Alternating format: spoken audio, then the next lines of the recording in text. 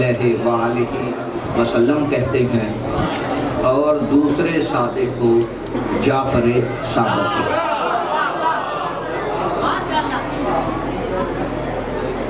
جو پہلے صادق ہیں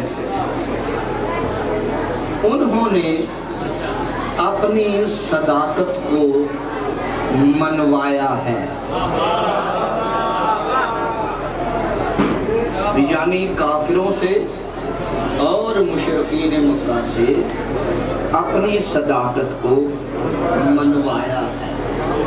پہلے کوئی نہیں مانتا تھا کہ یہ کون ہے یا کون نہیں ہے، اس لیے کہ 40 سال کے بعد آپ نے اعلان نبوت کیا تو پتہ چلا کہ یہ اللہ کے نبی ہیں۔ 40 سال تک کردار ایسا تھا کہ کافر و مشرک و یک زبان یہ کہنے پر مجبور ہو گئے کہ اس سے بڑا امین کوئی نہیں، اس سے بڑا صادق کوئی۔ تو سمجھ آ رہی ہے؟ اس سے بڑا امین کوئی نہیں، اس سے بڑا صادق کوئی نہیں۔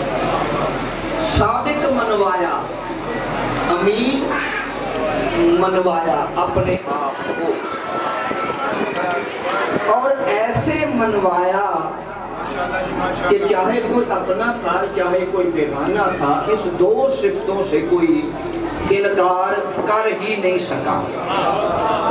اب جب منوا لیا تو ایک دفعہ پھر آزمانے کے لیے پہاڑ پہ جا کر حضور نے ان مشرکوں سے کہا کہ اگر میں تمہیں یہ کہوں کہ اس پہاڑ کے پیچھے ایک لشکر ہے تو تم کیا کہو گے؟ اب انہوں نے لشکر دیکھا نہیں، اگر میں کہوں تو انہوں نے کہا ہم یقیناً مان لیں گے کہ اس سے پیچھے کوئی نہ کوئی لشکر ہے۔ یہ وہ باتیں جو ہم دینیات کی باتوں میں آتی ہیں، کتابوں میں آتی ہیں، میں آپ کو رزلٹ دینا چاہتا ہوں۔ وہ کہتے کہ ہم مانیں گے کہ ہاں واقعا لشکر ہے۔ کہا جس زبان سے میں تمہیں یہ کہہ رہا ہوں کہ اس کے پیچھے ایک لشکر ہے تو تم بن دیکھے میری زبان پر اعتماد کر کے کہتے ہو کہ ہاں لشکر ہے، اسی زبان سے میں تمہیں کہتا ہوں قولوا لا الہ الا اللہ۔ دوسرے صادق علیہ السلام تک جانا چاہتا ہوں، لیکن مجھے ایک بات یاد آ گئی ہے، پھر میں اپنے پڑھنے والوں سے دستبستہ گزارش کروں گا کہ جب بھی آپ منبر پر اپنی تقریر میں حضور کا نام لیں تو صرف نام لینا کافی نہیں ہے، آپ نام کے ساتھ صلی اللہ علیہ وآلہ وسلم پڑھ لیا دفعہ بھی حضور کے پروٹوکول کا خیال نہیں کرتے۔ حضور کا نام بغیر صلی اللہ علیہ وآلہ وسلم کے لینا یہ حرام ہے، واجب ہے حضور کے نام کے ساتھ انہیں پروٹوکول دے کے صلی اللہ علیہ وآلہ وسلم کہا جائے۔ ہاں اگر کوئی بندہ سمجھتا ہے کہ میری تقریر میں کوئی جھول آ جائے گا، روانی میں فرق آ جائے گا، تو پھر وہ ایک بات کر لیا کریں، حضور کا اسم گرامی نہ لیں، نام نہ لیا کریں، آپ کی صفات لے لیا کریں، اس سے بھی پتہ چل جائے گا۔ حالانکہ صفات کے ساتھ بھی پڑھ لینا ضروری، لیکن اگر آپ کہیں رسول اللہ نے فرمایا، نبی خدا نے فرمایا، پیغمبر خدا نے فرمایا، احمد مصطفیٰ نے فرمایا، تو پھر تمہاری تقریر میں روانگی میں فرق بھی نہیں آئے گا۔ چلو تھوڑا سا تمہیں درود بھی نہیں پڑھنا پڑے گا، ورنہ ہمارے برادران اہل سنت جیسے بھی نام لیتے چاہے 100 دفعہ بھی لیں وہ صلی اللہ علیہ وآلہ وسلم ضرور ایک ہے۔ اب کافر اور مشرک سوچنے پر مجبور ہو گئے کہ اگر اس کو صادق کہا ہے، اگر اس کی یہ بات مان لی کہ اللہ ایک ہے تو معبود ہاتھ سے چلے جائیں گے، یہ ہمارے 363 کہاں چلے جائیں گے؟ وہ تو بات اور اگر ہم یہ کہتے ہیں کہ نہیں ہم نے تیری یہ بات نہیں ماننی، ہمارے بہت سچے ہیں، ہم ان کو نہیں چھوڑ سکتے، تو پھر ہماری زبان نہیں رہتی۔ زمانہ کیا کہے گا کہ کل تک تو اسے صادق کہتے رہے۔ میں بڑی دور لے جانا چاہتا ہوں کہ عرب کیا کہیں گے، مشرق کیا کہیں گے، اپنے بھی گانے کیا کہیں گے کہ جس زبان سے کل تک صادق کہتے رہے اسی زبان سے آج جھٹلا رہے ہیں۔ ارے انہوں نے یہ نہیں کہا کہ ہم تجھے صادق نہیں مانتے، لیکن میں ایک جملہ کہتا ہوں، انہوں نے پھر ترکیبیں بنائی ہیں، وہ ابھی میں بتا دیتا ہوں۔ لیکن کافر اور مشرک کی تعریف کرنے کو جی چاہتا ہے کہ تیری غیرت کم از کم اتنی تو ہے نا، جس زبان سے ایک دفعہ صادق کہا اسے جھٹلا نہیں سکے۔ مسلمان تیری کیا جس زبان سے کہہ دیا تھا جھٹلا،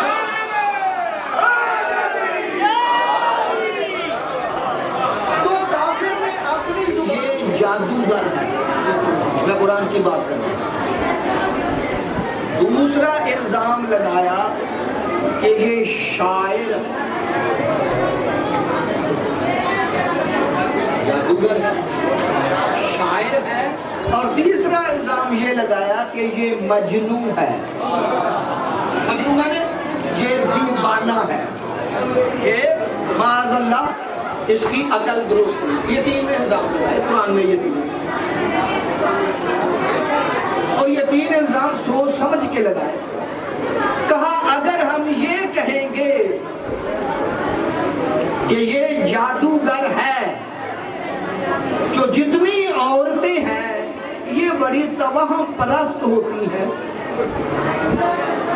جادو سے، جس گھر کا کرایہ کم کرنا ہو اس میں کہہ دو اس میں جادو ہے، کرایہ پر ہی نہیں چڑھے گا، یہ تو بولے کرایہ پر نہیں چڑھے گا، اس میں جادو ہے۔ تو جادو کی وجہ سے عورتیں پیغمبر سے دور ہو جائیں گی، جتنا دور ہوں گی نہ اس کی بات سنیں گی نہ کوئی اثر۔ پھر کہا دیوانہ کہہ دیں، ہم پر الزام نہیں آئے گا، کل کہے گے کل تک تو ٹھیک تھا جب تک ہم صادق کہتے تھے، اب ہم کیا کریں، اب یہ بیچارہ دیوانہ ہو گیا ہے، مجنون ہو گیا ہے، تو اب ہم اس کی کیا بات کریں۔ اور تیسری بات کیا کہ یہ جادوگر ہے، اور جادوگر سے یہ ہے کہ سارے لوگ جادو کے کمرے میں آ جاتے ہیں، لیکن لوگ اس کے جادو کی وجہ سے نہیں۔ اب تین محاذ انہوں نے کھولے ہیں کہ عورتیں بھی قریب نہ جائیں، بچے بھی قریب نہ جائیں، اور بوڑھے جوان بھی قریب نہ جائیں۔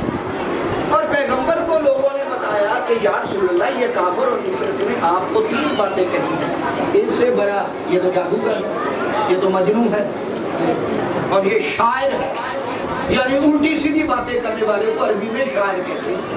یہ شاعر ہے جو الٹی سیدھی باتیں کرتا ہے اس کے قریب، اور الٹی سیدھی باتیں کہنے والے کو بچے مارتے ہیں۔ پیغمبر نے اپنے صحابہ سے کہا کہ آپ فکر نہ کریں، انہوں نے تین محاذ میرے سامنے کھولے، میں بھی کھولوں، میں بھی ایسے ہی تین محاذ ان کے مقابلہ میں۔ کہا وہ کیسے؟ ایک بلا کے کہا اے خدیجہ الکبریٰ تو آ جا، کہا اے چچا ابو طالب تو آ جا، کہا اے علی ابن ابی طالب تو آ جا، کہا ان تینوں کو تینوں محاذ کے مقابلے میں لے جاؤں گا۔ اگر مجھ سے عورتیں بہکنے لگی تو خدیجہ کہے گی میں تو بھی تمہاری جیسی ہوں، میں تو دن رات اس کے پاس رہتی ہوں، مجھے تو اس میں کوئی تصدیق کریں گے تو علی آگے بڑھ کے کہیں گے میں بھی تو تمہاری طرح بچہ ہی ہوں۔ اور اگر جوان یا سمجھدار بہکنے لگیں گے تو ابو طالب آگے بڑھ کے کہیں گے کہ میں بھی تمہاری طرح صاحب عقل ہوں، بڑا ہوں، میرے تو پاس رہتا ہے، میں نے تو اس کو پالا ہے، میں نے اس کے ذہن کا بھی مالک ہوں، اس میں کوئی عیب نہیں۔ تو اب گویا ایک گھر میں یہ ہو گئے بات کہ ابو طالب بھی ہے، خدیجۃ الکبریٰ بھی ہے، اور علی بھی ہے۔ پوری توجہ۔ اب اللہ نے کہا اے میرا حبیب، اس پوری دنیا دنیا میں نے یہ دیکھا ہے کہ اس مشکل وقت میں اگر تیرا ساتھ دیا تو یہ بچہ بھی ابو طالب کا ہے. مین بندے دو ہی ہیں, ایک ابو طالب ہے, ایک خدیجۃ الکبریٰ ہے. اور میں چاہتا ہوں حل جزاء الاحسان الا الاحسان, کہ احسان کا بدلہ احسان ہوتا ہے. اور میں چاہتا ہوں انہوں نے تیری کے لیے بہت بڑی قربانی دی ہے, میں اس کا کچھ نہ کچھ بدلہ دینا چاہتا ہوں. لیکن اے میرا حبیب بدلہ دوں تو دوں کیا؟ نبوت ایک عہدہ ہے, وہ تجھ پر ختم. رسالت تجھے دے چکا, خلافت وہ بھی میں بانٹ چکا. اب دوں تو دوں کیا؟ امامت بھی میں پہلے ہی دے چکا. اب میں دوں تو دوں کیا؟ کہا میرے پاس لے دے کے ایک عصمت و طہارت ہے باقی, ایک امامت ہے باقی.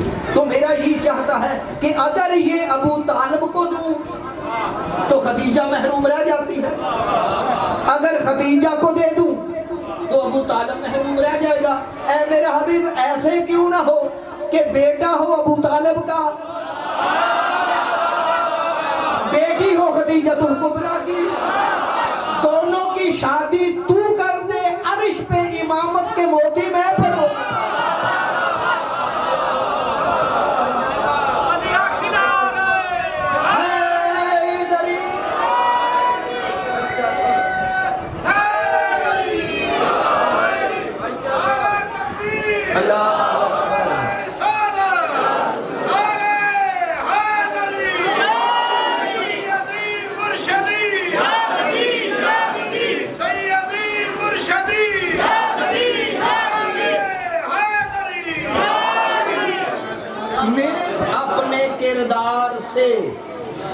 کہ مجھ سے بڑا امین کوئی نہیں, مجھ سے بڑا صادق کوئی نہیں.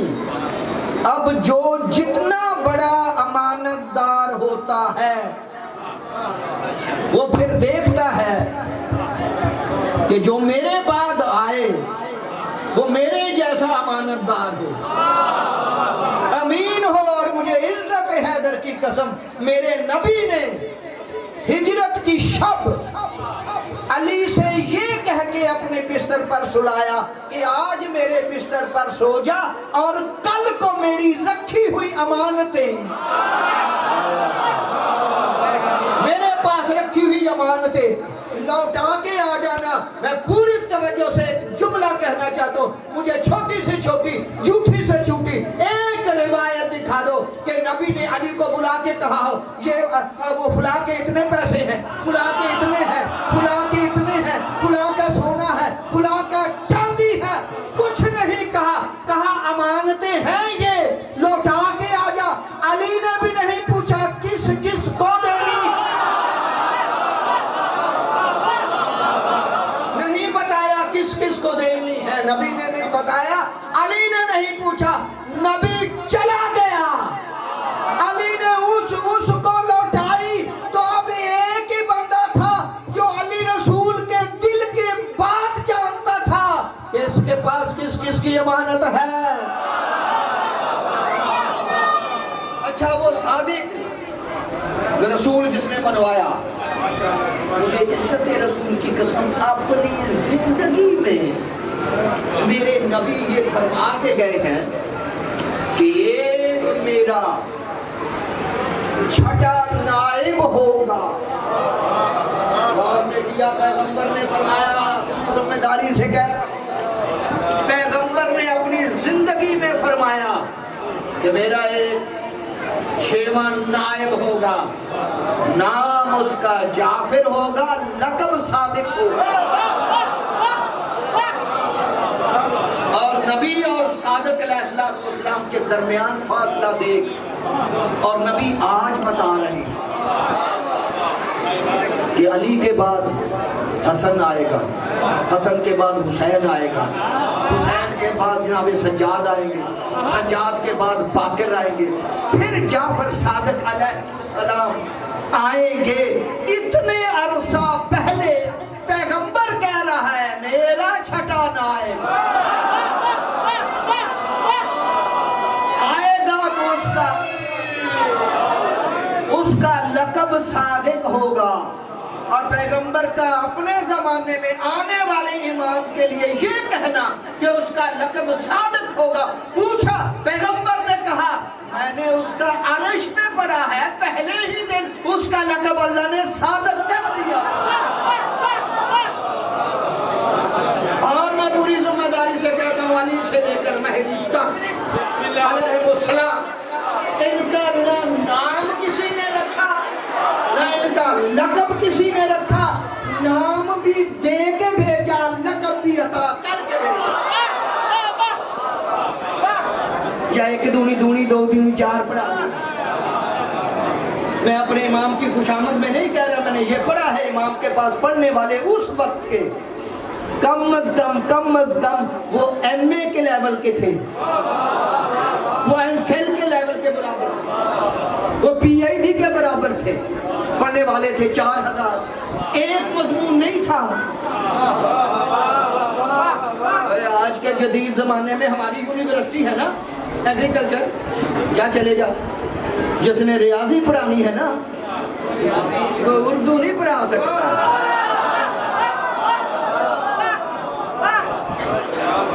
جو فزکس پڑھاتا ہے وہ کیمسٹری نہیں پڑھاتا. کیمسٹری کا پروفیسر اور ہے، فزکس کا اور ہے، میتھمیٹکس کا اور ہے، بائیو کا اور ہے. الگ الگ ہے ماسٹر، الگ الگ ہے پروفیسر. کیمسٹری والے کو کہے بائیو پڑھا دے، کہے نہیں. بائیو والوں کا فزکس پڑھا دے، کہے گا نہیں. میتھ والے سے یہ کہہ دو کہ نہیں تم وہ فلاں الجبر کو دوسرا پڑھا دے، نہیں پڑھائے گا، انہیں آتا ہی نہیں. ارے دیکھ اپنے امام کا علم، 4000 پڑھنے والے تھے، اور جنہوں نے ریسرچ کی ہے ان کی ریسرچ کے مطابق امام کا علم کہا جاتا نہیں کہ ایک ہی وقت میرے چھٹے امام 500 علوم کے ماہر تھے.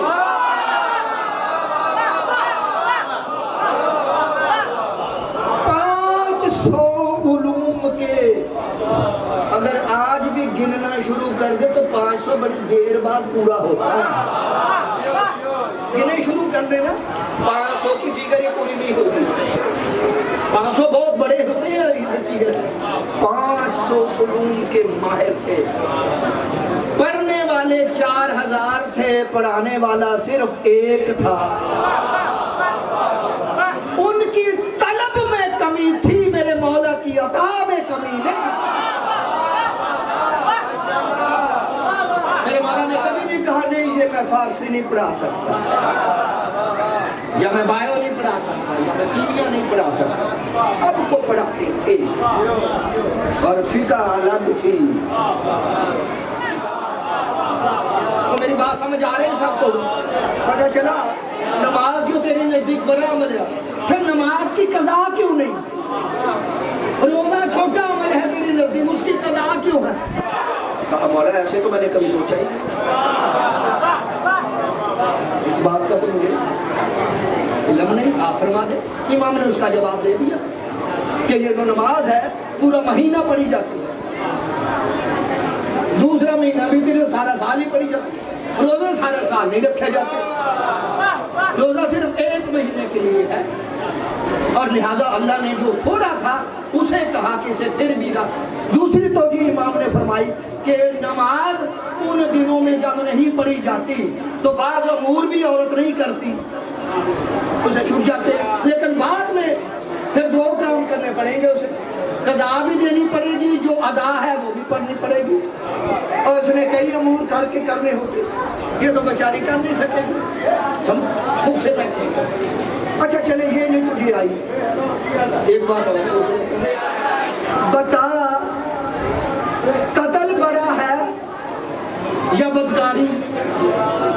زنا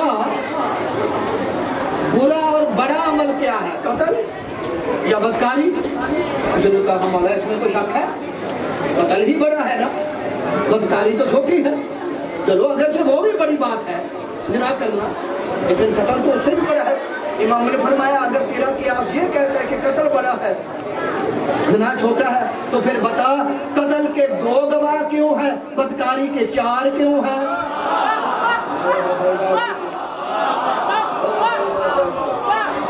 وہ صاحب تشریف لائیں، ان کی صحت و سلامتی کے لیے بلند آواز سے صلوات پڑھیں۔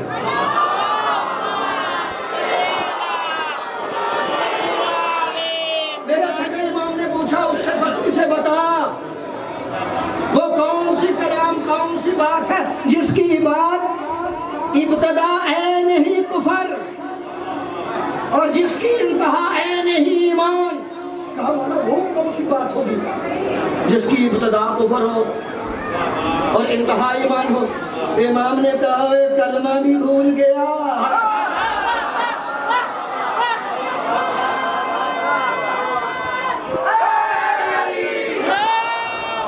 کہنا لا الہ، کوئی الہ نہیں، کوئی عبادت کے لائق نہیں، کفر الا اللہ، مگر ہے یہ کل ایمان ہے۔ یعنی پہلا حصہ کفر امام نے فرمایا، دوسرا حصہ ایمان ہے۔ ارے جو کلمے کی ابتدا اور انتہا کے رموز کو نہ جانے وہ تمہیں شریعت بتانے آ گیا ہے۔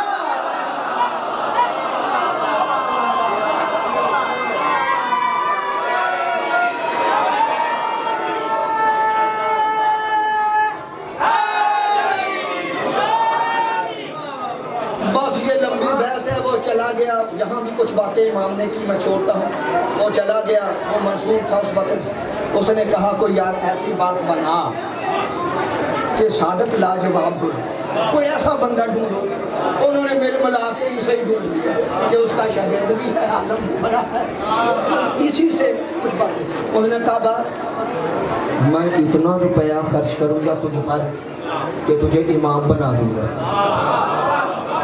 یہ امام بن گئے،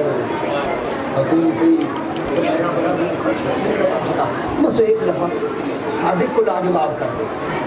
یہ بھی دنیا معصوموں کو لاجواب کرتے کرتے خود لاجواب ہو گئے۔ اچھا اس نے ٹائم دیا، مہینہ چاہیے دو، اس نے بڑی مشکل سے نا کچھ سوالات تیار کیے۔ کہا مولا میں بھی کچھ پوچھنا چاہتا ہوں۔ امام نے وقت نہیں مانگا، اس نے سوالات بنانے کے لیے وقت مانگا۔ امام نے جواب کے لیے وقت نہیں مانگا، کہا پوچھ۔ اس نے کہا مولا یہ بتا ذبیحے اور مردار میں کیا فرق ہے؟ ذبیحہ سمجھتے ہیں؟ اور ذبیحہ جسے ذبح کیا جائے اسے ذبیحہ کہتے ہیں۔ مولا یہ ذبیحے اور مردار میں کیا فرق ہے؟ امام نے کہا خون کا فرق ہے، لہو کا فرق ہے۔ کہا مولا کیسے؟ کہا ذبیحہ جب ذبح کیا جاتا ہے تو اس کا لہو باہر نکل جاتا ہے، اور مردار جو ہے اس کا لہو باہر نہیں نکلتا، اندر ہی رہتا ہے۔ لہٰذا اللہ نے چونکہ لہو کو حرام قرار دیا ہے،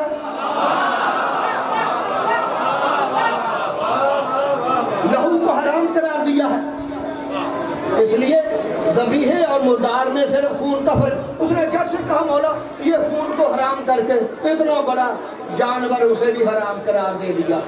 جب جانور مر جاتا ہے، بھینس ہے، گائے ہے، بکرا مر جاتا ہے تو وہ بھی حرام، تو یہ اللہ خون کو بھی حلال قرار دے دیتا۔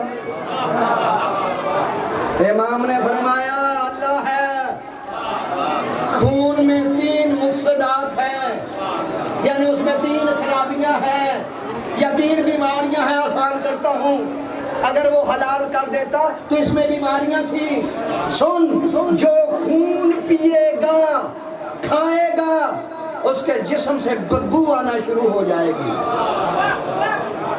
اور جو خون پیے گا وہ قسی القلب ہو جائے گا، یعنی سخت دل کا مالک ہو جائے گا، اس کے دل میں رحم نہیں رہے گا۔ اور جو خون کھائے گا پیے گا، امام نے فرمایا اسے برس کوڑ جزام کی بیماری ہو جائے گی، اس لیے اللہ نے بندے پر حرام کیا ہے۔ سنی بات،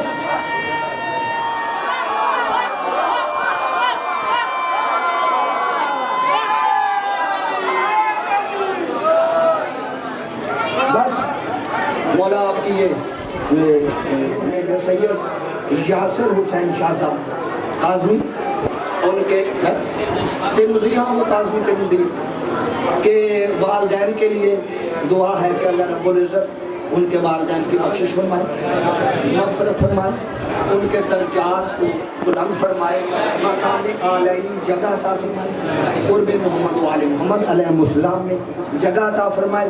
اور آج کی مجلس کا انہوں نے اہتمام کیا ہے، اس کو اپنی بارگاہ میں مولا قبول منظور فرمائے، ان کے رزق میں اضافہ فرمائے، ان کی زندگی میں برکت عطا فرمائے، انہیں آفات رسماوی سے محفوظ و محمود فرمائے، اور اسی طرح خدمات دینیہ بجا لانے کی اس کی اس توفیقات میں مزید اضافہ فرمائے، اور جتنے مومنین یہاں پر آئے ہیں مولا سب کی توفیقات میں اضافہ فرمائے، سب کی شرعی حاجات کو پورا فرمائے، بحق محمد و آل محمد ربنا تقبل منا انک انت السمیع العلیم اللہم صلی علی صدرک۔ اے میرا حبیب، کیا ہم نے آپ کے سینے کو نہیں کھولا، آپ کو شرح صدر نہیں دی؟